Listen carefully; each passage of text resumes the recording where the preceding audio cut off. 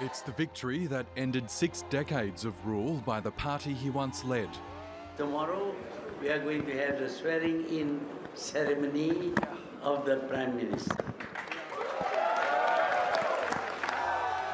Mahathir's victory was only made possible through his partnership with his former deputy and subsequent enemy Anwar Ibrahim, who had built the winning Pakatan Harapan coalition. Anwar had been serving a second jail term for what many saw as politically motivated charges levelled by Mahathir during his first stint in power. But soon after taking office for a second time, the new Prime Minister arranged for a full pardon. I have forgiven him, and he has proven his mental. He has made sacrifices.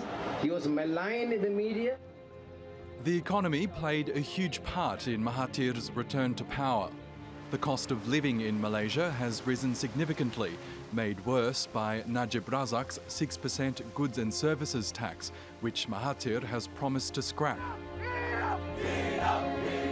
But the biggest story out of Malaysia in recent years has been corruption involving the State Investment Fund, One Malaysia Development Berhad, or 1MDB. It was supposed to develop parts of Kuala Lumpur into a financial centre and promote foreign direct investment. Instead, 1MDB accumulated $12 billion in debt. It's also suspected of diverting huge sums to various individuals, including almost $700 million into Najib Razak's personal account.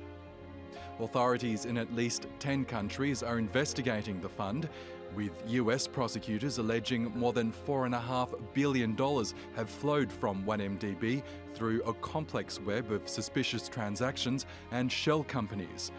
Mahathir points the finger squarely at Najib, who denies any wrongdoing. He was totally responsible for 1MDB.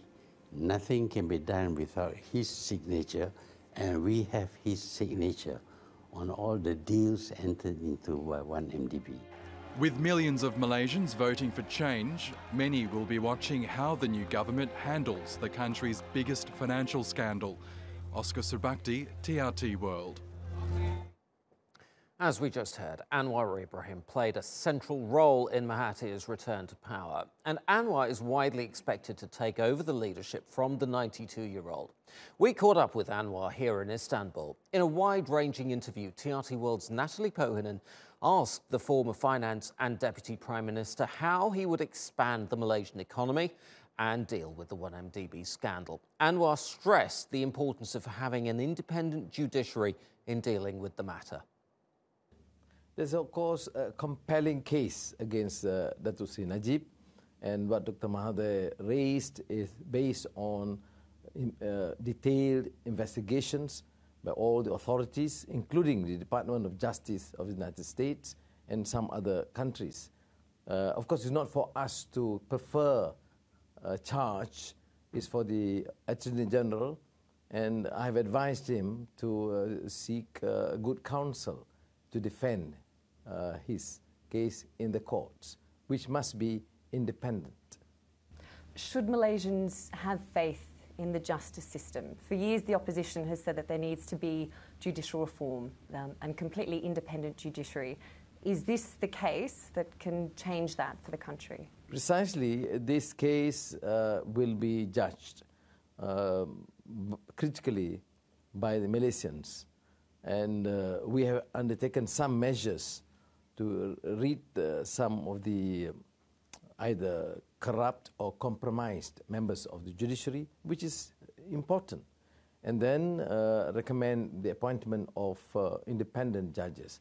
So the judge adjudicating the case against Najib will, of course, be scrutinized. And I'm of the view, as Mahathir has said, that we will make sure that there is no compromise on the issue of independence of the judiciary.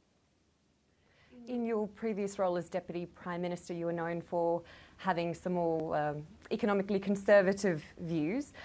Do you think that the priority now for Malaysia has to be growth, or is it balancing the budget? It has to be, there is no juxtaposition here. We need to propel growth, because without growth, we can't balance the budget or even care for the welfare of the masses. How do we propel economic growth? Of course, there may be some more conservative policies to attract foreign investors. And how do you then ensure that the growth will not benefit the rich and the cronies? Is to make sure that enough allocation, care, concern for health, public housing, and infrastructure, both in the cities and the rural areas. How do we ensure that the poorest, the marginalized are being taken care of? Is by having specific affirmative action programs. It is important that there is a great similarity between the economic policies we embark and the Turkish experiment. You just mentioned foreign investment there. You've been visiting other parts of the world, heading outside of Malaysia. What's the feedback been from them about the new Pakatan Harapan-led government? This is, of course, a transition from 60 years of authoritarian or semi-authoritarian rule. People, particularly investors, want to make sure that they understand our economic policies. My duty is to support the present government in articulating these issues, in assuring them that pro-market economy policies would continue. But of course, we are mindful of the fact that market can at times ignore the importance of the concern for the welfare of the people. And I've mentioned some areas like housing, health, and education. So I think our policy in the developing world is not necessarily to take up the extreme capitalistic or pro-market policy, but to balance it between the stark demands, realities in our societies.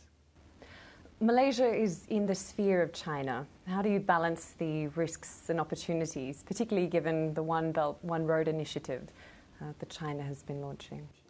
The position that we have taken is that as a small country, we should befriend and enhance bilateral trade and relations with all countries.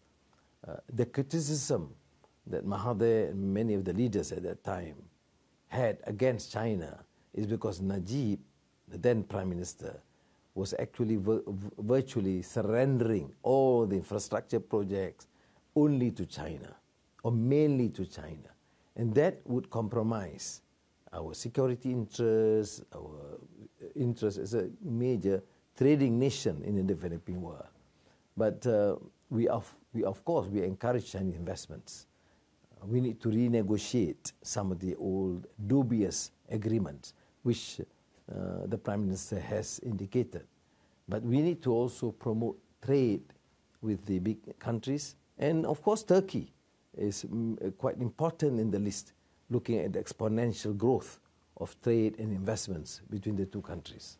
Dato' Seri Anwar Ibrahim, thank you very much for your time. Thank you.